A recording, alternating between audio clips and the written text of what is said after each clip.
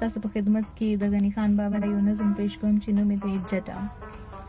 بې تعلیمه ښځه غوا ده ډېر معذرت سره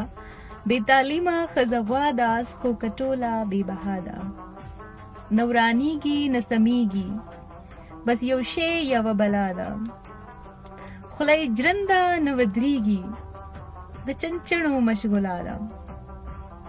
زوی وران لورې ناولې خو د غوا پسې پروا ده یو واده د خدای رحمت دی یو واده د خدای رحمت دی یو طاعون دی یو وبا ده په کالو نه ښکلې کېږي دا بدخویه دلربا ده